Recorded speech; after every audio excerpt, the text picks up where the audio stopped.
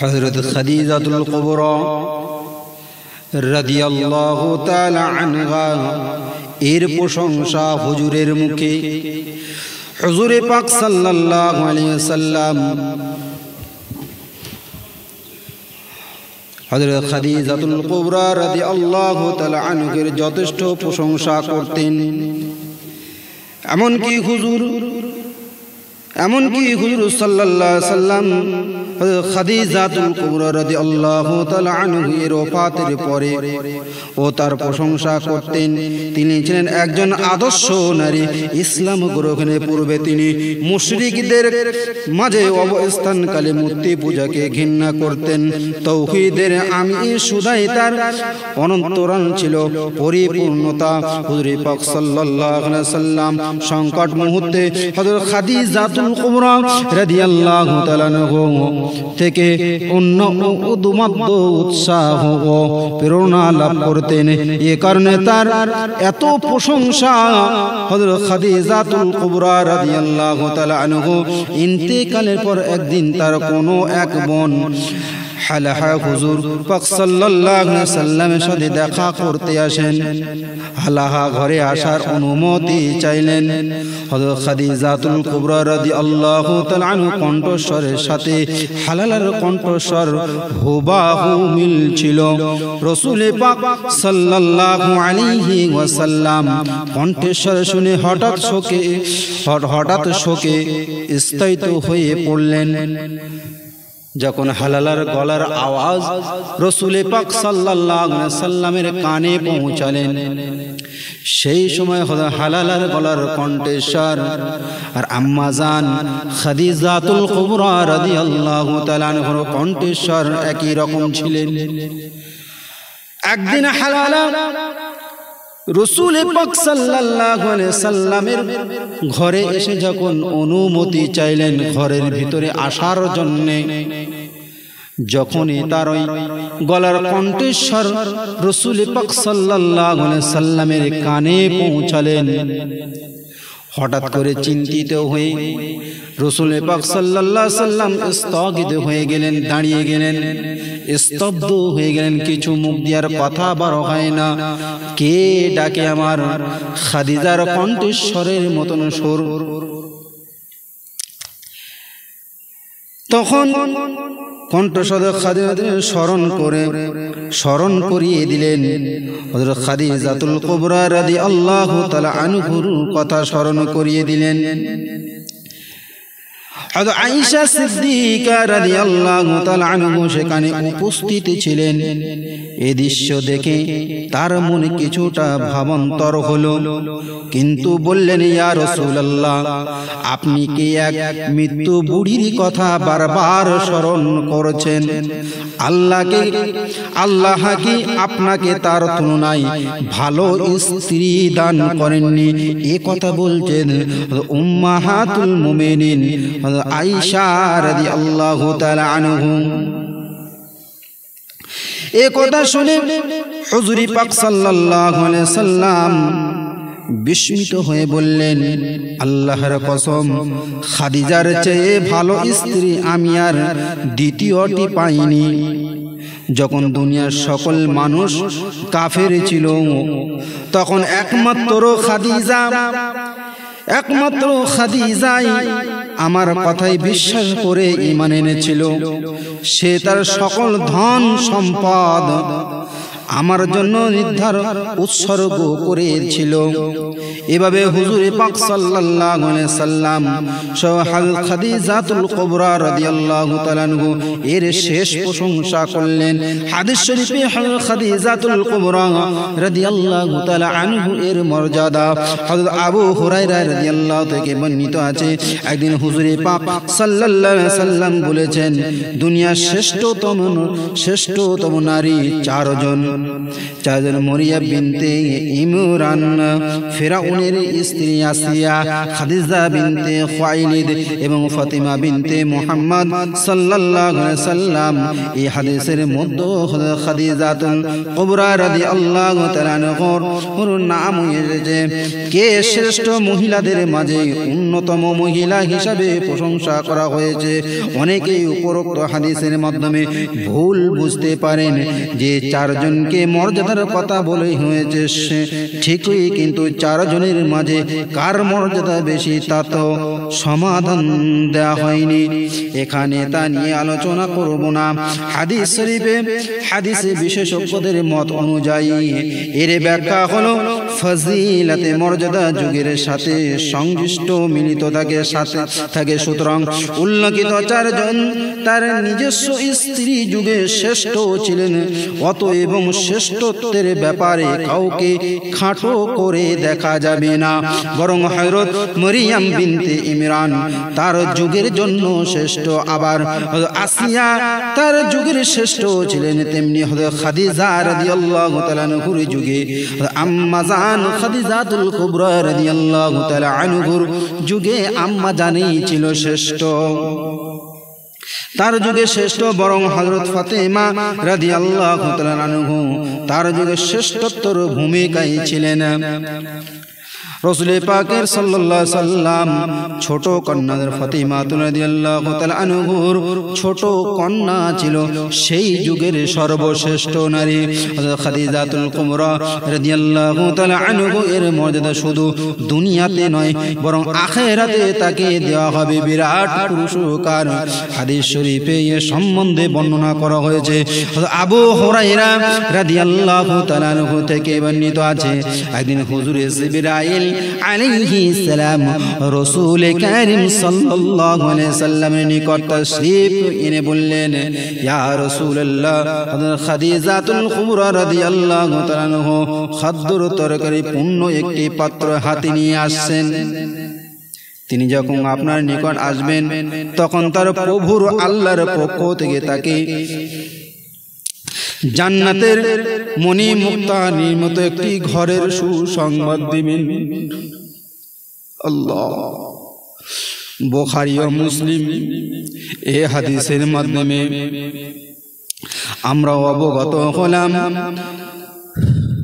যাদের খাদিজাতুল কুবরা রাদিয়াল্লাহু তাআলা আল্লাহর তরফ থেকে বেহেশতের সুসংবাদ দেওয়া হয়েছে। আল্লাহ, বিপদে আপদে খাদিজাতুল কুবরা রাদিয়াল্লাহু তাআলা আনহা হুজুরে পাক সাল্লাল্লাহু আলাইহি সাল্লামকে সান্ত্বনা দিতেন। সে সম্বন্ধে আরো অনেক হাদিসে আছে।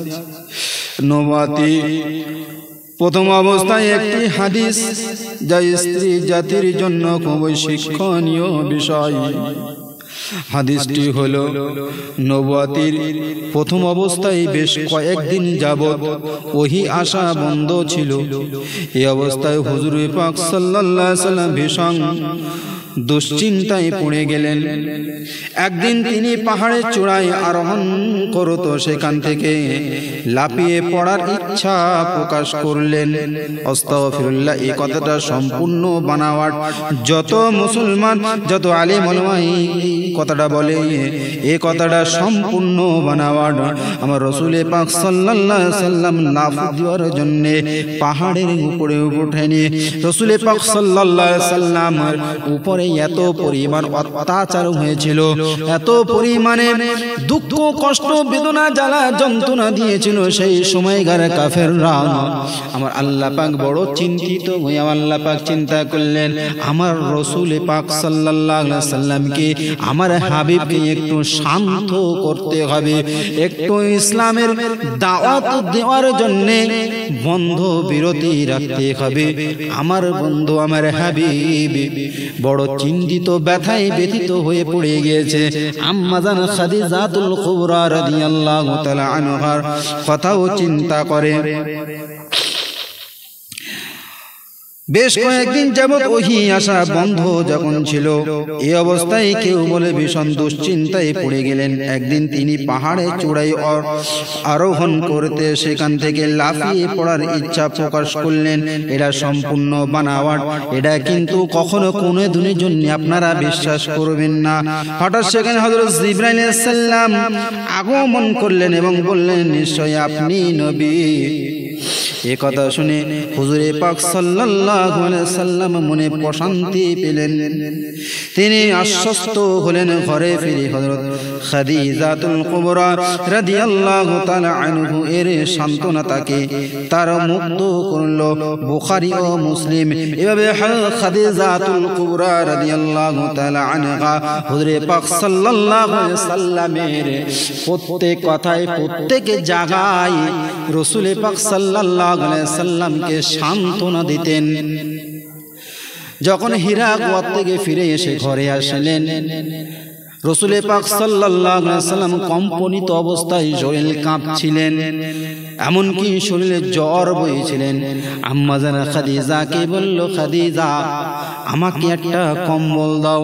আমার আল্লাহ পাক আমার রাসূল পাককে এই অবস্থাকে দেখে আল্লাহ পাক আদর করে ভালোবেসে আমার রাসূলকে ডেকেছিল, এ আমার কম্বল মুড়ি দেওয়াওয়ালি, এ আমার কম্বল মুড়ি দেওয়ানেওয়ালা, আমার হাবিব, আমার নবী। আদর করে ভালোবেসে ডেকেছিল আল্লাহ পাক কম্বল মুড়ি দেওয়া এবং কম্বল ওড়নে বলা, এ আমার নবী, আমার হাবিব। যখন কাঁপছিল তখন সেই অবস্থায় আম্মা জান খাদিজাতুল কুবরা রাসূল পাক সাল্লাল্লাহু আলাইহি সাল্লাম কি এত ভালোবাসতেন, এত মহব্বত করতেন, এত প্যার করতেন। আম্মা জানের যেমন বুদ্ধি ছিলেন তেমন বিবেকও ছিলেন, এমন তীক্ষ্ণ দিমাগের নারী ছিলেন।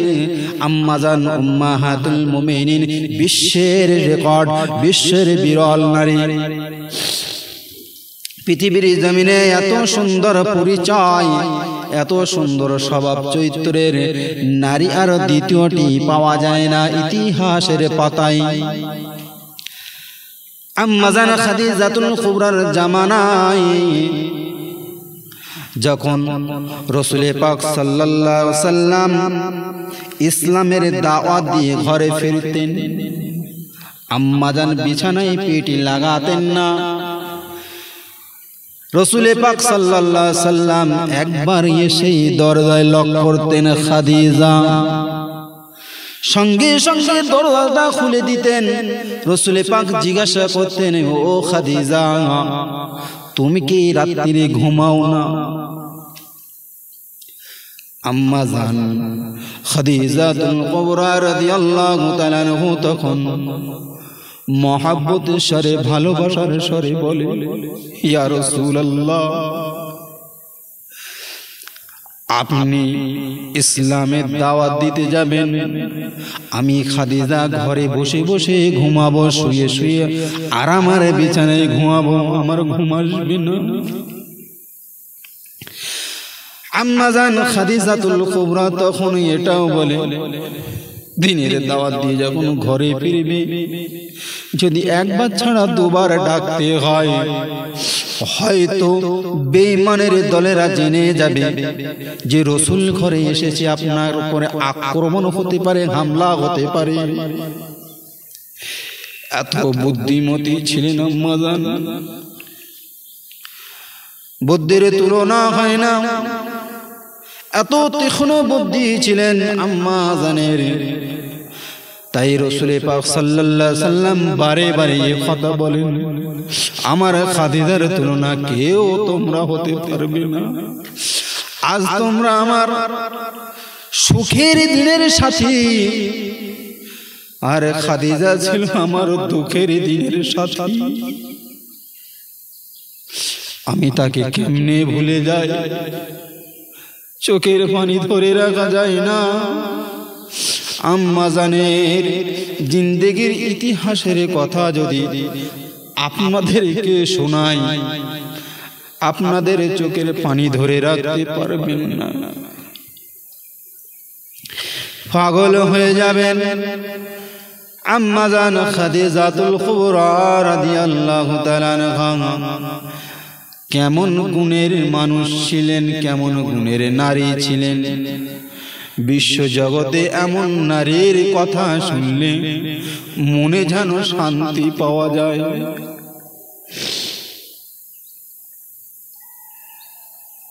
সেই নারীর কথা কিভাবে ভুলে আমার রাসূল পাক সাল্লাল্লাহু আলাইহি ওয়াসাল্লাম তাই বারবার আম্মা জানাত খাদিজাতুল কুবরা রাদিয়াল্লাহু তাআলা আনহার কথা স্মরণ করে।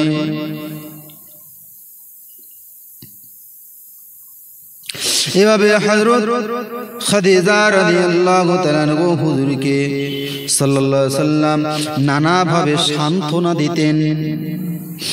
একবার যখন কম্বল মুড়িয়ে দেয় তখনও বলে ইয়া রাসূলুল্লাহ, আপনি কি এখনো পর্যন্ত সেই মানুষটাকে দেখতে পাচ্ছেন? এত বুদ্ধিমতী ছিলেন, এত দিমাগওয়ালা ছিলেন। আল্লাহ পাক তাকে এত দিমাগ দিয়েছিলেন, এত বুদ্ধি দিয়েছিলেন, বুদ্ধিমতী ছিলেন তিনি। রাসূল পাক সাল্লাল্লাহু আলাইহি সাল্লাম বললেন, হ্যাঁ এখন আমি তাকে দেখতে পাই। আম্মা জান হযরত রাসূল পাক সাল্লাল্লাহু আলাইহি সাল্লামকে কোলের উপর বসিয়ে নিলেন। বলে এখনো কি দেখতে পাচ্ছেন? বলছে হ্যাঁ আমি এখনো দেখতে পাচ্ছি। আম্মা জান কি করলেন? মাথার কাপড়টা একটু সরিয়ে দিলেন। যেই না সরিয়ে দিয়েছে হযরত জিবরাইল আমিন আলাইহিস সালাম সঙ্গে সঙ্গে গায়েব হয়ে গেছে। তখনই বলছে, হুজুর আপনি বলুন এখনো কি দেখতে পাচ্ছেন সেই মানুষটাকে? রাসূল পাক সাল্লাল্লাহু আলাইহি সাল্লাম তখন বলেন, না না খাদিজা, আমি আর সেই মানুষটাকে দেখতে পাই না, যেন কোথায় অদৃশ্য হয়ে গেছে। আম্মা জান খাদিজাতুল কুবরা রাদিয়াল্লাহু তাআলা তখন সান্ত্বনা দেয়, ইয়া রাসূলুল্লাহ, আপনি এত ভালো মানুষ পৃথিবীর জমিনে আমি আর দ্বিতীয়টা দেখিনি।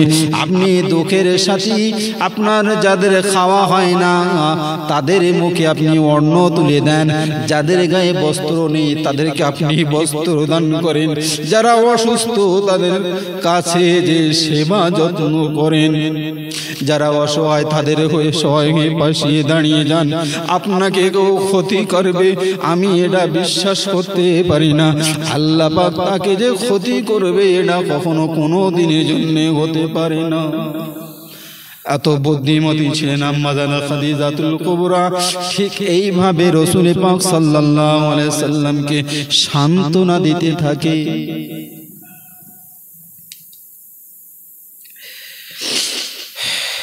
হাদিস শরীফের পাতায় পাতায় লিপিবদ্ধ আছে। আমাদের সমাজে দেখা যায়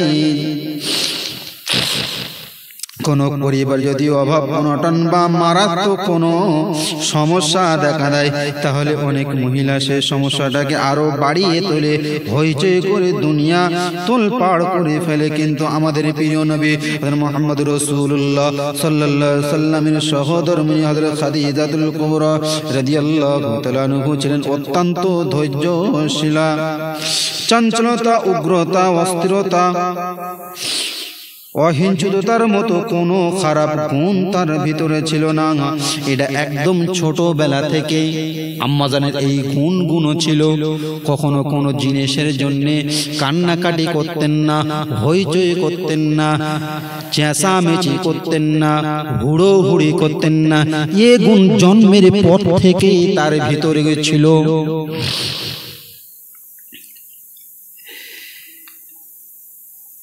এর সংকটময় মুহূর্তগুলো সুখময় করে তুলেছিলেন। হাদিসের এই ঘটনাগুলো আমাদের জন্য শিক্ষণীয় হয়ে থাকবে যুগ যুগ ধরে।